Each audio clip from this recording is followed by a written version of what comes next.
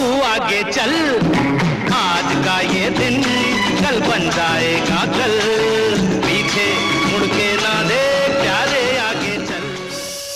Bicycle মানে আসলে দুটো চাকা, কিন্তু কেমন ভাবে মানুষ আবিষ্কার করলো সেই দুটি চাকা, কিভাবে শুরু হলো দু চাকায় ভর করে এগিয়ে যাওয়ার সেই খেলা, সাইকেলের ইতিহাস, তার বিবর্তনটাই বা ঠিক কি রকম, দেখবো সেই অতীতের ছবিটা। মানব সভ্যতার শুরু থেকে যে আবিষ্কারগুলি একের পর এক বিপ্লব ঘটাতে শুরু করেছিল তার মধ্যে অন্যতম চাকা। হাঁটতে আর ছুটতে পারা মানুষ সেদিন আরও অনেকটা এগিয়ে গিয়েছিল স্রেফ চাকা চাকা এবং চাকায় ভর করে। সম্ভবত খ্রিস্টের জন্মের প্রায় 4000 বছর আগে চাকার উদ্ভব, সম্ভবত মেসোপটেমিয়া। এরপর চাকার গঠনে বহু বিবর্তন এসেছে। সেই হিসেবে দেখলে খ্রিস্টপূর্ব 2000 সালেই সাইকেলের সমগোত্রীয় প্রযুক্তি এসে গিয়েছে। কাঠের চাকা ব্যবহৃত হচ্ছে, রথে করে পাড়ি দেওয়া হচ্ছে লম্বা পথ। অথচ যে ইতিহাস আমরা পাচ্ছি তাতে সাইকেলের চিহ্নমাত্র তখন নেই। প্রাচীন অলিম্পিকেও সাইকেলের উল্লেখ নেই। এই বিলম্বের পেছনে দুটো কারণ থাকতে পারে। প্রথমত, মাত্র দুটো চাকায় যখন স্থির অবস্থাতেই ব্যালেন্স রাখা যায় না, তখন তাকে যান হিসেবে ব্যবহারের কথা ঘুণাক্ষরেও কল্পনা করতে পারেনি সে যুগের মানুষ। দ্বিতীয়ত, এই এশিয়ারই চীন বা জাপানের মতো কোনো দেশে আবিষ্কৃত হয়ে থাকতে পারে সাইকেল, হয়তো তা প্রকাশ্যে আসেনি বা আন্তর্জাতিক রাজনীতির কূটকৌশল তাকে স্বীকৃতি দেয়নি। অবশ্য এসবই সম্ভাবনার কথা। সম্ভাবনা আরও আছে। পঞ্চদশ শতকে লিওনার্দো দা ভিঞ্চি সাইকেলের ডিজাইন করেন বলে একটা ধারণা চালু ছিল। আধুনিক গবেষণা অবশ্য সেই সম্ভাবনায় জল ঢেলে দিয়েছে। স্বীকৃত ইতিহাস অনুযায়ী প্রথম বাইসাইকেল আবিষ্কৃত হয় ফ্রান্সে 1817-1818 সাল নাগাদ। জার্মানির ব্যারন কার্ল ভন রেইস জনসমক্ষে আনেন আশ্চর্য এই যানটি। এর নাম ছিল ড্রেইজিন বা হবি হর্স। তবে এই সাইকেলে কোনো ক্র্যাঙ্ক বা প্যাডেল ছিল না। 1839 সালে স্কটল্যান্ডের কামার কার্কপ্যাট্রিক ম্যাকমিলান পিছনের চাকায় প্যাডেল লাগালেন। বলা যায় এটাই প্রথম প্রকৃত বাইসাইকেল। তবে সাইকেলের জনপ্রিয় হতে সময় লাগলো 19 শতকের 60-এর দশক পর্যন্ত। আর্নেস্ট মিকহক্স এবং পিয়ের লালেমন্ট প্যাডেল যোগ করলেন সামনের চাকার সঙ্গে। 1873-এ তৈরি হলো লোহার বডি আর সলিড রাবার টিউব দেওয়া পেনি ফার্ডিং বা অর্ডিনারি বাইসাইকেল। তবে এই সাইকেলে শুধু লম্বা মানুষরাই চড়তে পারতেন। আরও বদল এলো সাইকেলের শরীরে। 1879 সালে ব্রেক লাগালেন জন কেম্প স্টার্লে।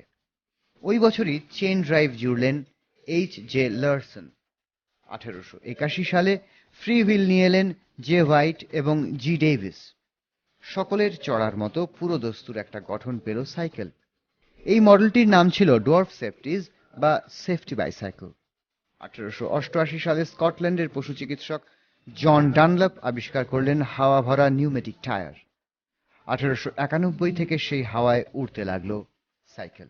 শুরু হলো বাইসাইকেলের স্বর্ণযুগ। বাইসাইকেলের এই মেইনস্ট্রিম কাজের পাশাপাশি আরও নানা ধরনের গবেষণা চলতে থাকে। তৈরি হয় বাষ্পে চালানো বাইসাইকেল, আবার আধশোয়া হয়ে চালানোর রিকাম্বেন্ট সাইকেলও উল্লেখযোগ্য। এরই সঙ্গে ছিল ট্রাইসাইকেল, 3 চাকার সাইকেল। দেখে নেব ট্রাইসাইকেলের বিচিত্র কিছু রূপ।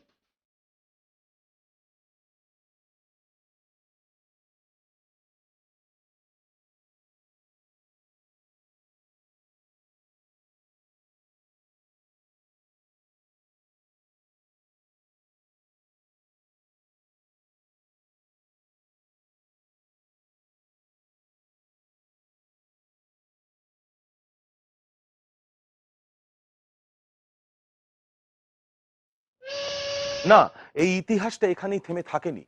সারা পৃথিবী জুড়েই প্রতিনিয়ত নানা ধরনের কাজকর্ম হচ্ছে সাইকেলকে নিয়ে। কাজ হচ্ছে আমাদের এই রাজ্যেও। সবসময় সেটা খুব বড় গবেষণাগারে না হয়ে ছোট্ট কামারশালাতেও হতে পারে। এমনই এক অদ্ভুত মানুষের সঙ্গে আমরা পরিচিত হব। সাইকেল যার কাছে বিরাট একটা প্যাশন। নিজের ঘরে যিনি বিদ্যুতের লাইন নেননি, শুধু সাইকেলের চাকা ব্যবহার করে আলো জ্বালানো, ফোন চালানোর শক্তি প্রস্তুত করেন, তবে তার আসল কাজ অন্যত্র। চমকে দেওয়ার মতো অদ্ভুত ধরনের সব সাইকেল তিনি বানিয়ে চলেছেন দীর্ঘদিন ধরে। চলুন একবার তাকে দেখে নিই।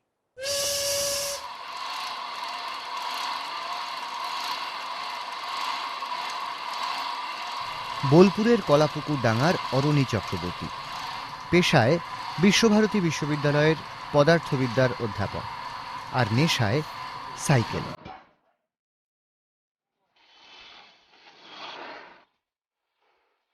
সাইকেল এবং সাইকেল, ইতিমধ্যেই তিনি বানিয়ে ফেলেছেন বেশ কয়েকটি অদ্ভুত সাইকেল।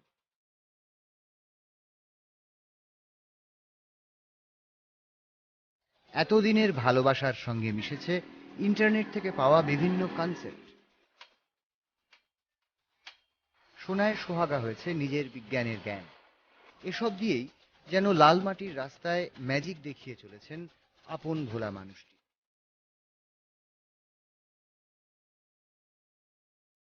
তার সঙ্গে হাত লাগিয়েছেন শিল্পী অলোক সোম।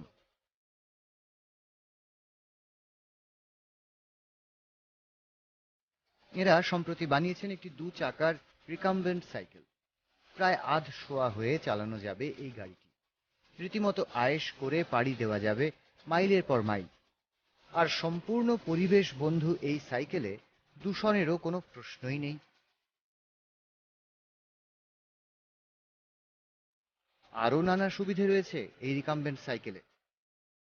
এটা বোঝাতে হচ্ছে যে মানে অনেক ইজিয়ার, এবং কোমরে যে সত্যি যে ব্যথার কথাটা বলা যায়, যদি কোমরে ব্যথাটাতে অন্য সাইকেল চালাতে যে অসুবিধেগুলো আছে সেটা এটা অনেক সহজ। মূলত পিঠে ঠেস দিয়ে চালাতে হয় রিকাম্বেন্ট সাইকেল। মুখটা থাকে ওপরের দিকে, তাই সাইকেল চালাতে চালাতে পাশের দিকে চোখ বোলানোর কাজটাও সহজ হয়ে যায়। লং জার্নির পক্ষে এটা ভীষণই ভালো বলে আমার মনে হয়, মানে অনেকটাই সহজে, এবং ওই যে একটা দেখার দৃশ্যটাও সত্যি তাই যে এরম ভাবে থাকে না, ভিউজটা ক্লোজ হয়ে যায় না, ভিউজটা অনেক বেশি ওপেন হয়ে যায়।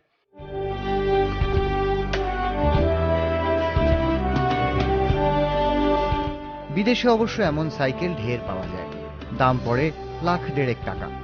আর এখানেই এই সাইকেলটির মাহাত্ম্য। খরচ মোটে 3000-এর মতো। বিদেশে অনেক দামি পার্টস ব্যবহৃত হয়, অ্যালুমিনিয়ামের চাকা, ভালো গিয়ার ব্যবহার করা হয়, কিন্তু এখানে পুরনো সাইকেলের পার্টস ব্যবহার করেই কার্যসিদ্ধি। রিসাইক্লিং এর সুবিধাটাও পুরো দস্তুর মিলছে। যেমন পাওয়া যায় একটু এটা পাল্টেছে, একটু ফ্রেমের চেহারাটা পাল্টেছে, যেটা আমাদের পাওয়া যায় তার সাথে কিভাবে করা যায় কাজে সেটা একটু হাতে কলমে করে নিতে হয়েছে নিজেদের মতো করে। রিকাম্বেন্ট বাইসাইকেলই শুধু নয়, অরণি বাবুর আস্তিনে রয়েছে আরো অনেক দাসী। 3 চাকার একটি রিকাম্বেন্ট সাইকেলও বানাচ্ছেন তিনি। এটির ক্ষেত্রে খরচ পড়ছে প্রায় 35,000 টাকা। দরকার পড়লে সোলার প্যানেল কিংবা ছাউনিও লাগানো যায় এতে। পুরো দস্তুর একটা গাড়ির আদলও দেওয়াই যায়।